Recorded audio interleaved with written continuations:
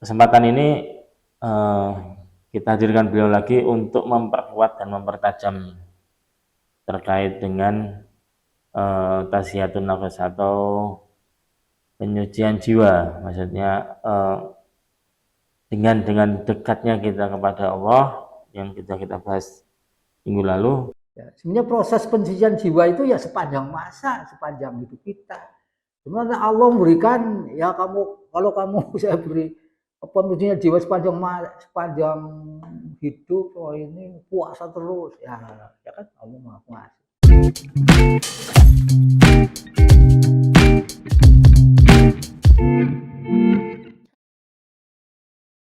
Bismillahirrahmanirrahim. Assalamualaikum warahmatullahi wabarakatuh. Waalaikumsalam warahmatullahi wabarakatuh. Alhamdulillah nahmaduhu wa nasta'inuhu wa nastaghfiruh wa la na'udzu billahi min syururi anfusina wa min sayyiati a'malina may yahdihillahu fala mudilla wa la hadiya lahu wa la haula wa la quwwata illa billah. Pemirsa Jambiro dan Menembus Nalar, minggu lalu kita sudah berdiskusi dengan Bapak Bambang Murdadi tentang yang kita bahas waktu itu tentang puasa dan penguatan tauhid. Nah, kesempatan ini kita hadirkan beliau lagi untuk memperkuat dan mempertajam terkait dengan tasfiyatun nafas atau penyucian jiwa. Maksudnya dengan dekatnya kita kepada Allah yang kita bahas minggu lalu, kita berharap jiwa kita semakin terasa, semakin bersih, semakin bening, dan tentunya akan berdampak kepada orang-orang di sekitar kita, lingkungan-lingkungan di sekitar kita, sehingga makrokosmos kehidupan manusia itu harapannya semakin baik, gitu Pak ya. Untuk itu kita berikan kesempatan kepada beliau untuk menyampaikan beberapa hal dulu. Nanti kita diskusi lebih rileks lagi, lebih mempertajam hal-hal yang perlu kita pertajam untuk supaya pemirsa Jambiro lebih bisa mendapatkan vibe-nya gitu. Mungkin monggo Pak Bambang. Ya, terima kasih Mas Adit sama Mas. Jadi terima kasih atas perhatiannya ya. Kita bincang-bincang tentang tasfiyatul nafis. Assalamualaikum warahmatullahi wabarakatuh. Waalaikumsalam. Kemudian kita semuanya diberi keberkahan oleh Allah. Jadi ini momen menjelang Ramadan, memang kita tentunya perlu memahami ya, bukan hanya kita puasa, tidak makan, tidak minum. Goal atau ultimate goal, ya, tujuan terakhir ya, dari kita berpuasa ya, diantaranya kita adalah tazkiyatul nafas ya, yang kira-kira artinya tazkiyatun ya, asal-asalnya itu kalau tasrifannya nggak kaku ini untuk biar sekedar ini. Zaka yuzaki tazkiyatun ya, jadi zaka yuzaki artinya itu apa, zaka itu artinya menambah, mengembangkan dan mensucikan. Nafas yaitu nafas ya, nafsu bisa, nafsi pribadi juga bisa. Tapi dalam hal ini adalah nafsu ya.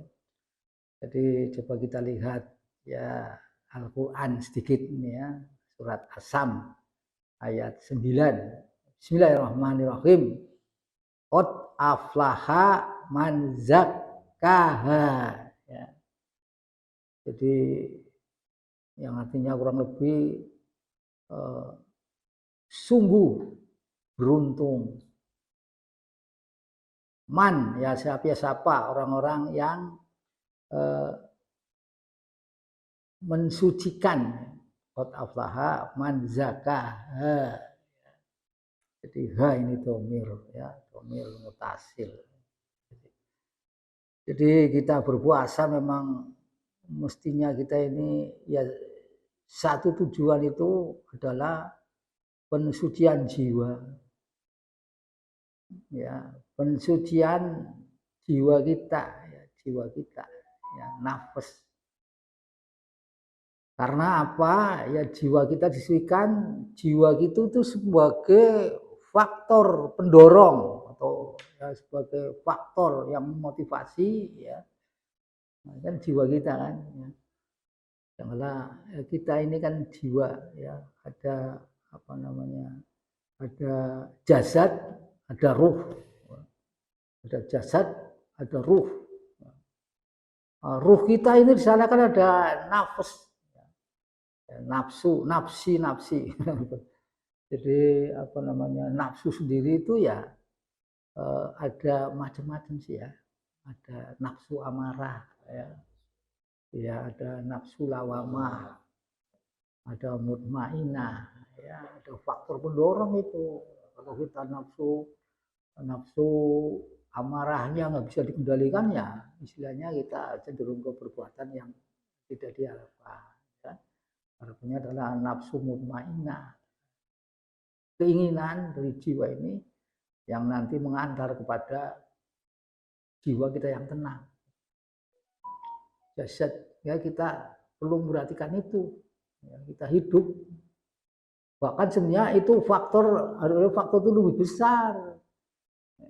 Tapi karena orang itu cenderung kepada jasad, kita nggak makan, lapar, ya kan? Kita nggak punya HP, susah, ya kan? Cenderung ke faktor. Padahal di dalamnya ada yang kepentingannya lebih besar, jasad, yang nanti kita akan dibawa kemana-mana itu kan apa namanya bukan jasad, artinya ruh itu nafas itu. Jadi sungguh beruntung orang yang mensucikan jiwanya, dirinya ya. Itu sehingga kita perlu berupaya mencapai jiwa yang suci. Ya. Lalu berkaitan dengan Ramadan ini ada proses yang kita jalani. Ya. Ya, puasa itu diantaranya adalah suatu proses. Ya, sebenarnya proses pensucian jiwa itu ya sepanjang masa, sepanjang hidup kita. Sebenarnya Allah memberikan ya kalau kamu saya beri pensucian jiwa sepanjang hidup, oh ini puasa terus ya kan Allah Maha Pengasih. Itu. Lalu berarti ya puasa ini sebagai jalan juga ya, sebagai proses ya, untuk mencapai agar kita ya ujung-ujungnya nanti adalah ayat Tuhan nafsu mutmainah ya kan ya irji ila rabbiki ujungnya seperti itu. Lalu prosesnya gimana kita ya menjelang ya istilahnya sebenarnya untuk sepanjang masa, tapi karena puasa ini memang ada ibadah, ada action tertentu, yaitu kita menahan diri dari makan minum. Ya. Maka di sana ya kita perlu perhatikan ya prosesnya sebenarnya apa. Itu ada 3 tahap sih sebenarnya ya. Pertama adalah tatohur, ya kita siap-siap untuk tatohur itu tohir, ya, suci. Ya, kita siap suci. Kita menghindari perbuatan-perbuatan yang jelek ya di hati kita, misalnya ya dengki, iri, ya kan, marah, ya kan, tidak sabar, macam-macam. Kita coba ya mulai insya Allah besok kalau memang besok. Jadi kita perbuatan dulu kita jauhi coba, ya kan, kita jauhi perbuatan ya. Kemudian yang tahap 2 adalah tahakuk. Nah, tahakuk itu ya kita berusaha untuk mendekatkan diri pada Allah. Kalau bulan puasa ini ya banyak. Jadi diantaranya dengan zikir, bahasanya itu sebenarnya zikir, zikrullah. Karena itu zikirnya kan banyak ya. puasanya itu sendiri, lalu ada tadarus, ada tadabur, ada qiyamul lail, macam itu proses kita mendekatkan diri itu, ya ada tuntunannya. Kita qiyamul lail, kita ini, lalu kita banyak-banyakin sedekah. Karena apa? Karena nanti pahalanya itu gak terukur. Tadi sudah sampaikan ya, sampaikan lagi nggak apa. Itu. Jadi di prosesnya coba kita ya cara diri. Ini kayak gini juga Pak Bambang bilangin Pak Bambang sendiri loh, ya kan? Ya, jadi kita coba menjauhi apa namanya isi hati yang kurang baik kita buang. Lalu tadi mendekatkan diri ya kita sih insya Allah pasti akan melakukan taraweh, sholat malam itu macam-macam. Kemudian yang ketiga itu ada taholuk. Taholuk itu akhlak. Nah ini akhlak ya. Akhlak ini puncak dari ketujuan manusia ini akhlak. Ya kan? Jadi tiga itu akhlak itu nanti adalah ya akhlak ini kita akhlaknya ya kita mencontoh akhlak atau sifat-sifat ya yang dipunyai Allah, tapi ya ada beda, tapi kita harus punya misalnya sifat Ar-Rahman kita harus punya, walaupun kita kan sekuku irang ya, sifat Ar-Rahim kita harus punya sifat ya macam-macam. Jadi sifat-sifat Allah kita coba kita akomodir, kita tempelkan di jiwa kita, di nafas kita, gitu ya. Lalu kita berusaha untuk mencontoh apa yang dicontohkan ya oleh Kanjeng Nabi Muhammad SAW. Contohkan Kanjeng Nabi punya apa namanya staff lah kan ya. Ada apa namanya sidik ya, apa namanya tabligh ya, amanah fatona. Kita coba seperti itu. Jadi kita mencoba ya mengikuti ya apa yang dilakukan oleh Kanjeng Nabi. Kalau umpamanya Pak Bambang, mohon maaf ini, kita ini kan sebagai manusia itu kan sudah menjadi kodrat kita manusia. Al insanu malah kalau kata wanisian dengan istilahnya, tempat salah dan dosa, khilaf dan sebagainya. Kiat-kiat yang sederhana saja yang mungkin bisa kita lakukan dalam kehidupan sehari-hari kita, yang simpel-simpel aja untuk biar kita tidak lebih biar kita bisa menuju tadi ke penyucian jiwa, terus kita bisa lebih mendekatkan diri itu apa Pak? Ya sebenarnya ya juga simpel juga. Coba lakukan perintah-perintah Allah, hadisnya kan ya, misalnya bulan puasa, ya kan. Ya kalau kita waktunya banyak dihabiskan untuk zikir, untuk baca Quran, itu kan sederhana. Coba lakukan. Misalnya untuk diskusi, ya ini misalnya ada pikiran untuk diskusi agama selama bulan puasa kan baik. Tapi yang terjadi selama ini banyak kan diambil yang prasmanan, misal tidur itu kan juga mendapatkan pahala, tidak malam-malam itu malah tidur. Ya ini Mas Adit ini bukan untuk ini, saya mengambil membekas di hati saya. Ya. Jadi saya mengingat, memorize, ya sederhana. Ya. Tapi nanti pasti masih Mas Adit pasti komentar, wong nggak sesuai dengan jam. Jadi dulu saya waktu kecil ini di desa saya itu ada seorang penjual dawet. Ya hariannya dia orang yang soleh lah. Saya secara zahir, secara nampak, kalau dia rajin ngaji ke lain desa. Nah, ketika dia jualan dawet, ya, ketika bulan puasa itu terkenal, namanya Pak Tohir. Nah, jadi dia kalau bulan puasa gak jualan. Apa? Oh dia ibadah aja. Itu selama sebulan. Oh kan penjualan apa dia bisa nabung, oh alam. Tapi kenyataannya seperti itu. Sampai bukan dia memasarkan dirian, orang-orang Pak Tohir bulan puasa itu enggak jualan. Untuk iya, tahu. Jadi ya Tohir namanya saya masih ingat, ya kan karena anaknya juga teman saya sekolah. Nah itu saya ingat juga. Oh, Bisa penjual dakwah. Artinya ya itulah, itu simpel ya kan. Jadi nanti dengan seperti itu kan ya ibadah sih. Lalu kedua ini, saya dulu ada ustadz kiai terkenal namanya Gofar Ismail. Pernah dengar ya? Tapi tahun 70-an sampai belum lahir kali ya. Saya kalau dengarkan ceramahnya, dengarkan dulu kan dengar tok gitu.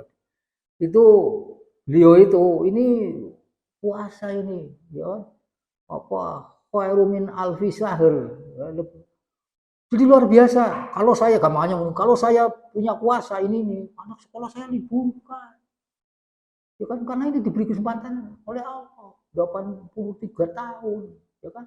Jadi, mungkin nanti itu tadi kaitannya dengan apa nanti ya, kalau saya sih nggak berani mencela bahwa puasa mulutnya bau ini seperti lebih kasturi. Saya nggak akan mencela.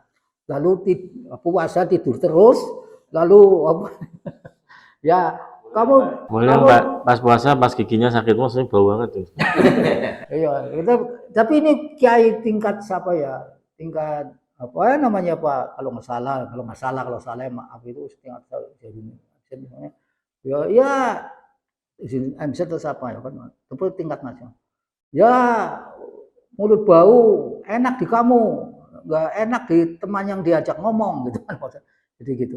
Jadi maksudnya apa? Itu tuh Gofar Ismail itu diliburkan anak puasa, anak sekolah diliburkan untuk memburu itu kebaikan itu. Pernah dilakukan ketika Gus Dur ya? Oh itu itu hanya maksudnya hanya libur aja. Maksudnya gini ya. Maksudnya kalau hanya libur sih gampang, zaman saya juga pernah, ya kan? Maksudnya diliburkan, lalu kita dalam praktek itu untuk menggali ilmu agama, itu loh. Kalau zaman kita dulu itu kan tidak libur, tapi ketika itu ada kegiatan misal pesantren kilat, misal ketika terawih itu ada bukunya suruh ngisi apa namanya imamnya Kultum itu. Ya, kultum seperti itu kan, itu mungkin tidak atau masih enggak ya di zaman sekarang itu? Iya, terutama gini ya Mas Adit ya. Kalau misalnya punya libur untuk ibadah, orang kerja libur, itu pasti disamber itu semua. Oh itu namanya ngajak males-malesan, ya kan? Yo kalau pengusaha yang nggak mau sebulan kerugiannya apa? Itu sebenarnya kalau menurut saya itu adalah komen yang sesaat, ya kan? Intinya kepada produktivitas, ya kan? Saya juga ngamati, apalagi saya udah tua kan, ngamati masyarakat Indonesia. Ya punya sebulan itu libur untuk ibadah rugi kan kayak gitu kan, mau hitung-hitungan khususnya untuk orang Indonesia, ya kan, libur sebulan 30 hari ya, berarti rugi 30 hari kan gitu kan, hitung-hitungan bisnis macam. Tetapi kalau kita melihat kenyataan sekarang kita Sabtu Ahad libur 2 hari. Kalau 1 tahun berapa? Ya 1 bulan 8 hari. Kali 12 berapa hari itu? Maksudnya apa? Diganti tuh. Jadi diganti kita kerja itu terus. Ya pasti nggak ada weekend. Itu kan ini kan konteks-konteks ini kan konteks pembenaran kondisi. Sekarang saya tanya, adakah Al-Quran Islam ini mengajarkan seperti itu? Enggak ada. Al-Quran mengajarkannya, ya kan? Adalah bahwa kita ini orang itu bekerja, istirahatnya malam. Baca Al-Quran. Ya kan? Jadi yang tadi itu seperti hitung-hitungan dengan Allah ya, istilahnya kan seperti itu. Dan itu seperti tidak percaya dengan Allah gitu kan. Karena Allah pemberi rezeki kan, istilahnya kan seperti itu. Iya, dan Islam ya kaitannya dengan puasa nih Mas. Islam itu mengajarkan orang Islam bekerja keras setiap hari. Mana anunya secara implisit, kalau bahasa hukum secara implisit tersirat, ya kan? Apa itu? Hari Jumat aja, habis hari Jumat suruh kerja, apalagi hari lain. Loh hari Sabtu Minggu, hari Sabtu Ahad, itu libur itu sebenarnya ajaran ini kita kan bukan. Kita kan ngomong kan hari Minggu ya, Domingo macam-macam. Gitu. Jadi kita ini diajarkan istirahat itu malam. Penyebutannya pun juga seharusnya Ahad bukan Minggu. Iya, itu kan. Jadi kalau mau itu belum lagi ya saya juga saya dulu ya kalau di lembaga saya dulu kerja ya bukan ini ya, artinya ya akad tertib ya kan. Orang Indonesia itu kerja ini, mas saya kaget itu, perusahaan-perusahaan, ya kan? Saya kok perusahaan dulu nggak menyebut anu lah. Di tempat saya itu Pak, ada warung terkenal. Ya. Saya tidak sebut karena mungkin nanti dikira promosi dan sebagainya. Ya. Itu ketika puasa 1 bulan penuh itu libur warungnya. Ya, ada ya. Tidak buka. Ya. Tidak buka. Ya kalau bicara lagi tadi, ya dia menggaji, tapi tetap karyawannya itu digaji bulanan dan juga mendapatkan semacam THR lah, katakanlah seperti itu. Ya saya nggak tahu dia ambil apa itu dari mana, atau dari sudah dipersiapkan dulu margin keuntungannya atau bagaimana, saya nggak tahu, tapi yang pasti itu libur dan karyawan tetap digaji 1 bulan dan juga dapat THR. Iya, dia kan. Jadi kalau mau hitung-hitungan ya kan, bulan puasa diliburkan, tapi bukan libur-libur tak loh. Ya kan untuk mendalami ilmu agama ini nun sewu, semua itu belum optimal. Digunakan 1 bulan itu, lalu mau hitung-hitungan hari itu tadi, ya kan kita seperti sekarang ini, ya kan hilang 2 hari bagi perusahaan, hilang 2 hari, 8 hari 1 bulan, 1 tahun 8 kali 12 itu berapa? Ya kan, ya, belum lagi dari sisi ya orang Islam itu diajak untuk disiplin, hari Jumat aja habis sholat suruh, iya apalagi hari biasa. Dari Zaman Rasul apa selama Ramadan berperang malah gitu. Wah, iya malah berperang. Ya kita sebenarnya kita sudah dicontohi baik negara kita, ya kan. Zaman bulan puasa untuk memerdekakan diri. Kalau ada perang gimana ya? Tapi tetap insya Allah itu jadi itu tegangan. Proklamasi 11 Agustus itu kan dulu kan. Ya, 9 Iya, Ramadan. kan ada bulan puasa kan. 9 Ramadan. Iya. Jadi itu kalau mau kompensasi bagi perusahaan itu sebenarnya kita kerja keras. Malah kita dapat 8 kali 12, 70 hari, hilang 1 bulan. Ya, tapi kan nggak hilang-hilang banget untuk membina mental itu loh Pak. Tinggal keniatannya bagaimana. Tinggal keniatannya gimana? Political will bahasanya kan. Kalau bisa. Tapi kalau berbicara untung rugi itu kan juga relatif itu. Secara dohir mungkin, oh ya, sekian hilang ini tidak berproduksi, mungkin rugi. Katakanlah seperti itu. Ya. Tapi kan kembali lagi, Allah itu sesuai dengan prasangka hambanya kan istilahnya. Iya. Nah, kalau hambanya, wah ini pasti sebelumnya sudah dikasih, misal nih, sebelum puasa perusahaan itu sudah dikasih apa pesanan yang banyak, bahkan keuntungannya bisa untuk bulan kedepannya, itu kan bisa terjadi juga gitu kan. Tinggal bagaimana memahaminya gitu kan istilahnya. Iya, ya itunya bahasa metafisis ya boleh. Tapi kebanyakan orang kan pakai apa-apa yang bisa dipikir kan. Itu tadi kan hilang 1 bulan, kita dapat kompensasi 8 kali 12, ya kan? 1. Yang saya rasakan ya saya perhatikan ini. Kita ini para pekerja ini kadang-kala belum disiplin mengoptimalkan waktu kerja. Kalau itu diomongan dicontoh nih macam-macam, ya kan? Itu bangsa kita itu, ya kan? Bangsa kita istilahnya kampanye masih ada ngaret-ngaret. Itu kan kalau kita ajaran Islam, kalau kerja ya benar kerja. Jadi nun sewu, saya itu orang misalnya kita nyontoh orang Jepang, kalau istirahat, kalau Jepang istirahat untuk tidur. Karena habis tidur, ya nanti dia kerja lebih produktif. Orang kita, ya saya punya teman-teman di saya ini di mana-mana, istirahat untuk main game. Wah, habis main game lemes. Terus saya perhatikan mudah-mudahan sekarang nggak ada. Ya zaman dulu lah saya perhatikan. Istirahat kan jam 1 sampai jam 12 sampai jam 1. Itu dia game dulu. Nanti habis dari jam 1 baru sholat. Ah, itu apa itu ya kan? Baru sholat. Jadi yang seperti itu diberesi ya. Kalau ini beresi artinya kita istirahat tidur, habis sholat makan tidur. ketika habis tidur produktivitas lebih tinggi. Gitu. Kalau kita mau ini loh, itu orang Jepang untuk tidur istirahat, bukan untuk main game. Lah orang kita seperti nggak ada yang mengarahkan. Saya enaknya kayak itu diantaranya ya. Jadi menuju ke apa namanya tadi akhlak, ya kan? Diantaranya terakhir akhlak yang baik, kerja untuk kerja ini. Ya insya Allah, ya kan. Jadi ini tadi mengenai anak sekolah mau kerja. Ya bagaimanapun ya Mas Adit, saya itu kan ya laki normal, cuman ya normalnya sekarang ya udah menurun ya kan dibandingkan Mas Adit. Ketika interaksi sama masyarakat umum macam-macam, ya kerja bercampur ini, ya paling tidak kita kadang-kadang ya ada lihat-lihat, ya kan, lihat-lihat lawan jenis macam-macam namanya kita normal satu. Yang kedua pasti kita kadang-kadang ada benturan ya, ada marah macam-macam. Tapi ketika kita menghindari itu kan jadi coba mengurangi itu, masya Allah. Jadi tujuannya ke akhlak yang mulia itu tadi.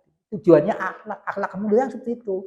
Kita melakukan kehidupan macam-macam ini disesuaikan, diselaraskan. Ya, itu Kanjeng Nabi kan bersabda ya.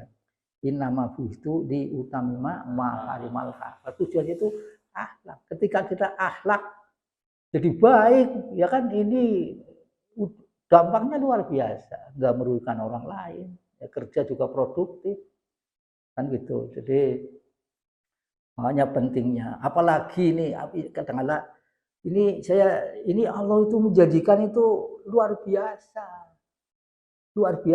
agar kita akhlaknya baik ini. Coba tadi kan sudah kan kulu amali ibni adama lahu ilamin syama wa inahu li, ya kan, wa ana azibihi.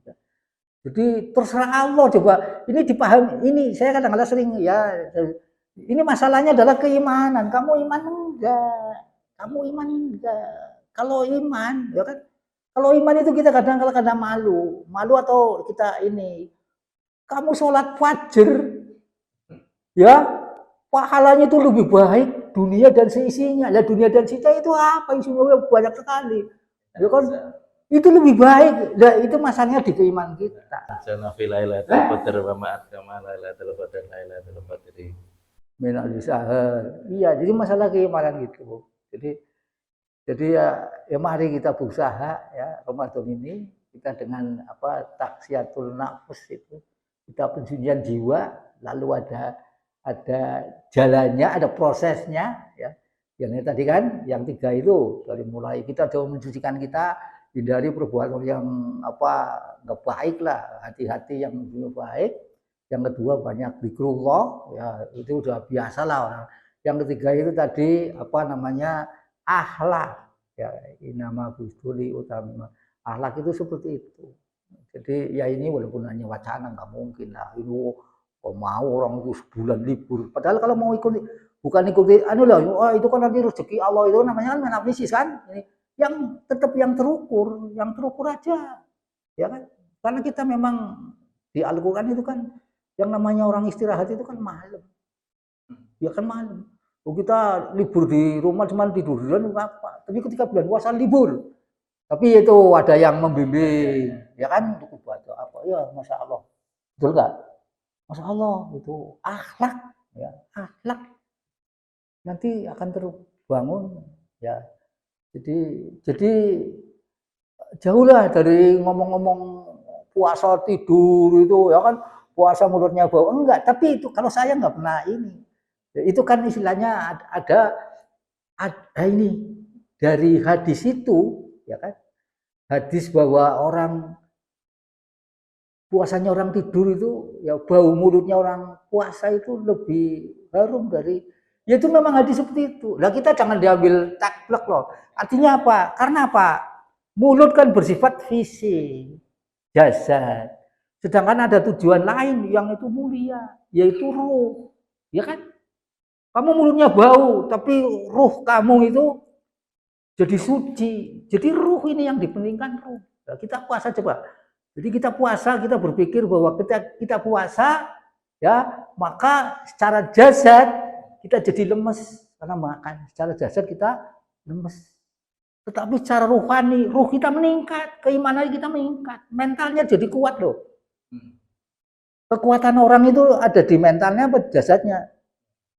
Hah? Iya mental kan. Ya, orang suruh orang suruh berjuang mana-mana saya bismillah ini selalu ada apa-apa ini ya demi Allah lebih kuat. Ini kan jasad gagah ini wah nanti kalau saya ada apa-apa mati itu gitu. Jadi penguatan ruh ya, penguatan ruh.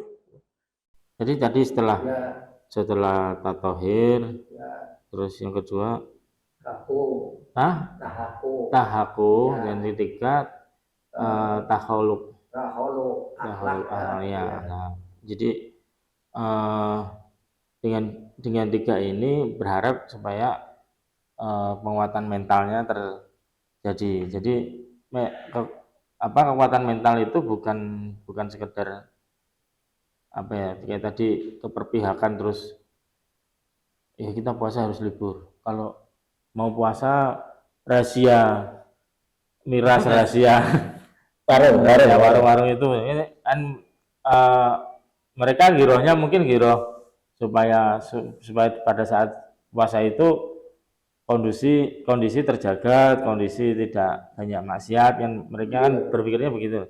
Tidak yang ke dalam misalkan menyiapkan mental puasa supaya yang seperti itu tidak masuk ke kita gitu. Itu sebenarnya baik dilakukan dua-duanya atau mungkin dengan ya mereka mengambil satu tafsir itu wah kita bahkan berangkat Allahu Akbar kan itu selesaikan semua yang maksiat-maksiat dihabisin itu sebelum puasa itu. Dan ininya mereka melakukan itu ya cuman mau menjelang puasa saja gitu loh. Atau kita menguatkan diri sehingga yang begitu-begitu nggak masuk. Iya, ya. Saya katakan ini tolok ukur perilaku kita kan ya istilahnya mau nyontoh apa sih kamu kan ibadahnya ya artinya itu tadi kan ya kerja ya bawa istirahat itu malam Al-Qur'an. Ya, seperti itu. Lah terus kita ya kita nggak mungkin lah mau bulan puasa. Ya itu tentu tujuannya kan makanya Allah memang menggariskan sebelumnya. Orang yang beriman, ya kan? Lah nanti kalau masalah kita menggarap di wilayah toleran itu kan beda lagi, ya kan? Kita nggak usah, kita nggak usah ini sehingga warung ditutup, itu kan nggak efektif, ya kan? Dengan perilaku, ya kan? Malah nanti dicela, malah sengaja ini biasa kamu buka, itu kan ini makan biar dia ngamuk, ya itu nggak boleh. Jadi itu nanti berjalan kalau ini puasa kok sepi banget orang pada oh ternyata orang Islam pada beribadah macam-macam itu kan jadi nanti kan mikir-mikir oh iya ini saya kaitannya dengan tadi itu tadi ya, makanya saya contohkan bakul dawet itu kan ya kalau kehidupan ini secara materi kan diberi berapa aja kan kurang ya kan? Ya, jadi terus kita terus belajar manajemen rumah tangga saya bakul dawet yang real kan saya harus berapa nabung untuk puasa. Ya untuk ini ya Mungkin dia mikirnya juga Pak Tohirnya tadi mikirnya supaya saya kalau jualan dawet takutnya menggoda orang yang puasa. Jadi nggak usah jualan. Iya, ya nggak ngomong kayak gitu. Ini nanya perilaku yang jadi contoh, dia nggak ngomong. Juga nggak riak, ya kan ngertinya. Sekarang ini banyak es teh, Pak. Ah itu. Bagi nun saya di Semarang, saya pengajian pernah di itu pengajian ada yang protes, Pak, saya keliling Indonesia, ya kan? Di Pekanbaru ini nih. Enggak, di Semarang beda, Pak. Apa bedanya, Pak? Di Semarang itu bulan puasa banyak apa kaki-kaki kelihatan di warung. Itulah ya ini barangkali ya ini Mas Adi juga sebagai ini. Jadi itu bukan saya loh yang ngomong ya, tapi ya kadang-kadang ada. gini Pak. Kalau saya sih gini, kita kalau penghormatan itu sedikit melebar ini. Penghormatan itu seharusnya kita juga semua itu saling menghormati. Bagi kita itu kalau toleransi itu berbicaranya penghormatan. Ya. Jadi sederhananya gini, kadang kita tidak pernah adil terhadap sesuatu hal. Contoh sederhana saja, di Bali ketika hari raya Nyepi itu semua bandara tutup, warung tidak ada, bahkan ibaratnya azan aja tidak terdengar, katakanlah seperti itu.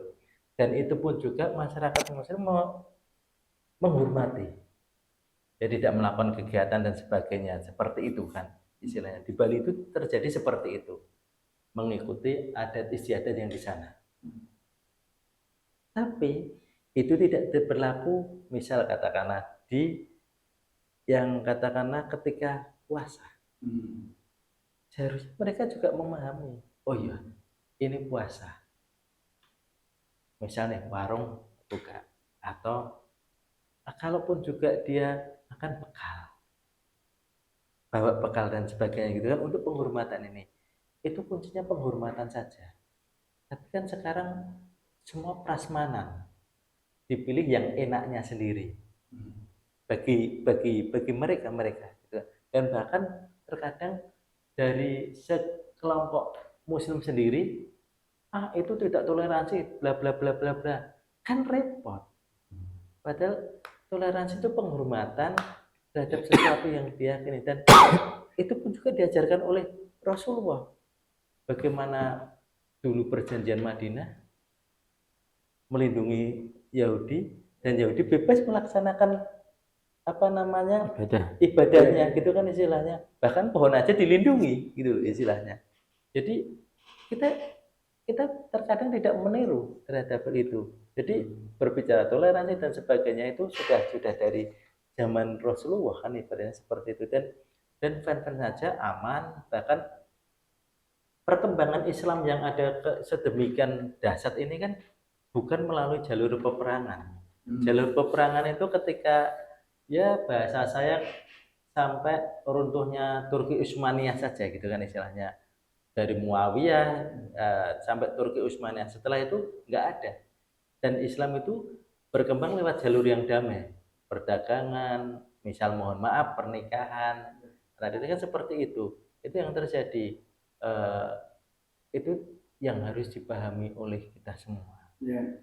Dan kembali lagi kepada topik, gini, maksud saya gini Pak Bambang, untuk yang mohon maaf nih, yang dalam tanda kutip manusia itu kan selemah-lemahnya iman gitu kan istilahnya.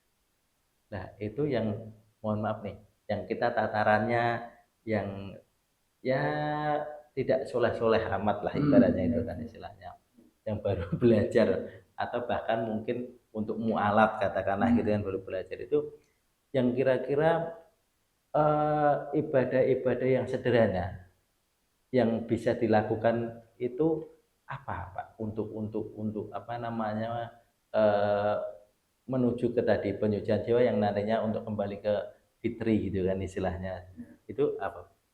Ya ini macam ibadah banyak. Kalau saya katakan orang dakwah kalau hanya bilisan juga kurang efektif. Harus ada bilhal.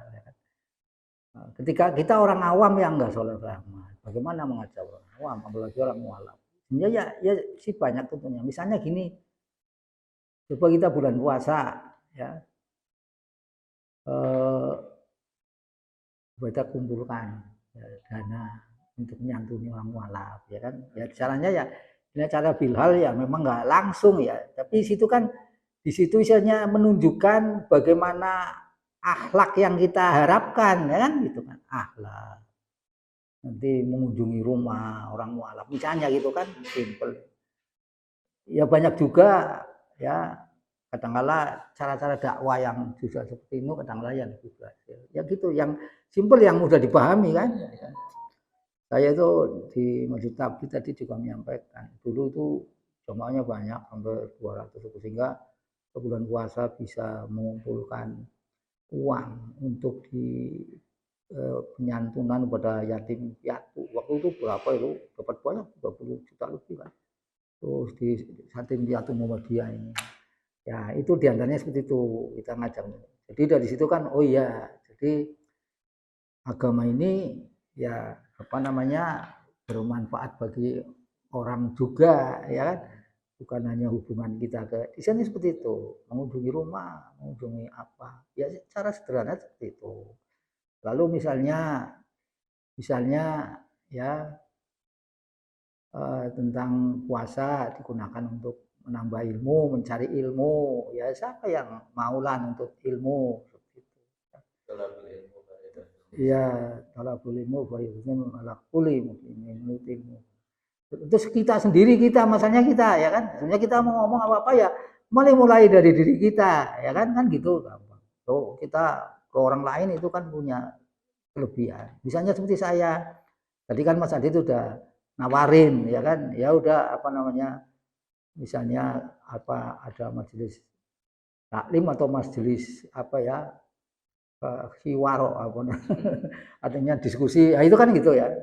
Saya itu kalau mau orang-orang ya misalnya saya udah kita untuk bisa paling tidak mengenal bagaimana Quran itu kok bunyinya ada doma, ada fathah, ada kasroh, dari yang paling mendasar akan misalnya bisa bismillah akan saya telateni ya kan. Misalnya dapatnya sedikit nggak masalah, habis 2 kali 3 kali bubar, tapi kan paling tidak sudah ada misalnya seperti itu ya. Atau mungkin ya banyak dulu saya di yayasan tertentu juga ya ada gitu.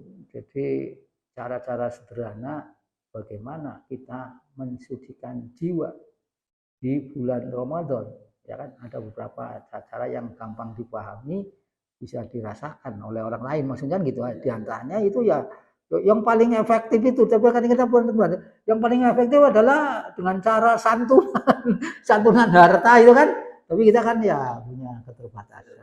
Itu biasanya yang wah ini paling kan di mana lagi, dan itu bukan alat apapun kan, wah ini baru ini. Cuma kadang itu sulit untuk dilakukan, padahal kita ini mohon maaf sekali lagi tidak membanding-bandingkan. Kita ini cuma 2,5, tapi untuk mengeluarkan itu sulit banget. 2,5% kan istilahnya dari harga kita gitu istilahnya. Dari harga kita. Padahal yang tetangga kita sebelah itu 10%. Itu kan. Tapi bisa kita ini 2,5 itu sulit banget. Dan bahkan perhitungannya itu sudah ada nisabnya kan istilahnya kan seperti itu. Kenapa ya? Kenapa? Jadi kan kenapa itu teman-teman? Jadi di Al-Quran ada ya itu ya bagaimana kita memahami waladina amanu asaddu ubalillah. Kita sejauh mana kita itu mencintai Allahnya itu kan dia situ. Kalau didorong iyalah dakwah ini. Tapi ketika memunculkan kesadaran itu kan sulit. Tapi ya sulit ya. Tapi semuanya itu ya harus diupayakan. Kalau nggak berhasil ya namanya kemampuan saya gitu. Jadi saya juga pernah dulu iseng kok. Kalau misalnya rakyat Indonesia yang ya katakan gajinya 10 juta saja ke atas, dapat berapa puluh triliun atau itu. Tapi itu kan, itu biasanya maaf ini, itu juga nggak lepas dari way of life kita, jalan hidup kita. Semakin tinggi gaya hidup kita semakin besar. Ya itu sih ya, tapi gini ya saya perhatikan masyarakat. Kalau kita itu sebagai anggota masyarakat, mampunya baru beli sepeda motor, lalu kita punya mobil. Kalau beli, kalau mampu kan bagus. Banyak yang mampu, enggak banyak yang belum mampu pindah ke mobil. Akhirnya ngangsur. Ya boleh-boleh sah ya. Tapi artinya angsur ini. Akhirnya tuh pikiran untuk menuju menyisikan itu malah mungkin akhirnya kan mendalihkan ya kan, bahwa ini saya belum cukup ya belum cukup ini karena itu gitu. Masih ada angsuran. Ya itu nggak salah ya, sepanjang ngasuh nggak salah. itu jadi way of life di masyarakat itu juga merupakan faktor juga. Ya kalau orang masih ya longgar lah ya, sakunya penuh walaupun penuhnya ketika baru gajian itu tidak, oh iyalah ya kan, mikirlah. Ya, tapi kalau sudah dari amplopnya aja udah minim banyak ya kan. Minimnya bukan karena untuk kebutuhan, untuk itu. Ya maaf ya. oh Pak Bambang ini sok enggak, saya ya dari muda itu apa lebih baik ngumpul-ngumpul gitu loh. Itu kelihatannya umum, berarti timbangnya serem, ada golok. iya. Jadi di antara gitu, jadi perilaku masyarakat juga mempengaruhi. Padahal nun sewu, nang lagi dari sepeda motor, mobil, ya paling tetangganya kan paling ganti mobil, ya itu juga kan bisa tafsirannya macam-macam. Jadi way of life. Jadi apa kita ngajak, ya kalau kita gajinya 7 juta, sekarang udah 7 juta. Itu udah kewajiban zakatnya nih. Ya saya itu bisa. Nanti kalau Nisabnya jelas, nisab. kurangnya banyak, saya nggak kena nisab. Ya, karena itu dari pengakalan biar dia kena nisab itu Pak. Iya. Oh kalau sudah bicara ini bukan akal-akalan dulu lah Mas Adit. Biasa aja kehitungan apa namanya perilaku ya. Kalau ngakal-ngakalin malah lebih ini lagi, nggak aja waduh lebih janganlah. Ya. Allah diakal-akalin misalnya. Itu kebanyakan enggak yang terjadi di masyarakat Iya, seperti iya. itu. Kadang ya itu tadi tidak memahami arti itu kan istilahnya. Iya. Saya mengkaji itu kalau tadi tapi itu nanti mungkin bahasan yang akan datang itu kan istilahnya bahwa potensi zakat itu kalau di apa namanya dikelola dengan baik itu sangat dahsyat sekali potensinya itu. Jadi ya memang sudah dicontohkan oleh Rasulullah dengan Baitul Mal itu kan istilahnya itu kan bagaimana bisa mengikuti itu keren banget dan itu potensi zakat, tapi itu nanti mungkin pokok itu perlu kita note dulu. Jadi terkait dengan itu perlu apa tadi ekonomi syariah kita nanti dengan Bambang lagi dan ini apa terkait jadi dengan biar zakat pemirsa itu kan menambah khasanah itu. Kalau untuk ekonomi syariah, kalau mau pakai LCD, kalau nggak salah saya dulu masih punya banyak, jadi barangkali kan lebih menarik gitu ya. Ya Pak, itu nanti untuk selanjutnya biar ini Pak. Enggak Mas Adi. Ya jadi bisa kita simpulkan ya Pak. Ya monggo ya. Tadi yang untuk menyucikan jiwa, untuk melembutkan hati tadi yang perlu dilakukan ya tadi tatohir, yang kedua tadi apa namanya Pak? Tahakuk, yang tiga taholuk ya.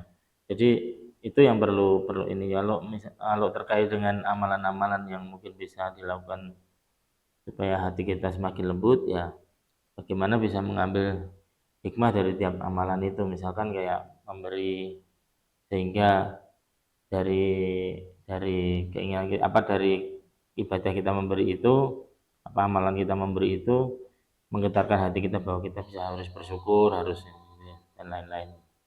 Mungkin sekiranya cukup gitu Pak Bambang, ini udah adzan zuhur juga. Terima kasih teman-teman Jambira, jangan lupa like, subscribe. Kita akan berdiskusi lagi dengan narasumber kita Pak Bambang ataupun dengan yang lain nanti terkait dengan tema-tema yang krusial atau substansial. Mungkin sekiranya itu kita tutup dengan doa kafaratul masjid. Subhanakallah wa bihamdika asyhadu an la ilaha illa anta astaghfiruka wa atubu ilaik. Terima kasih. Billahi taufiq wal hidayah. Assalamualaikum warahmatullahi wabarakatuh. Waalaikumsalam warahmatullahi wabarakatuh.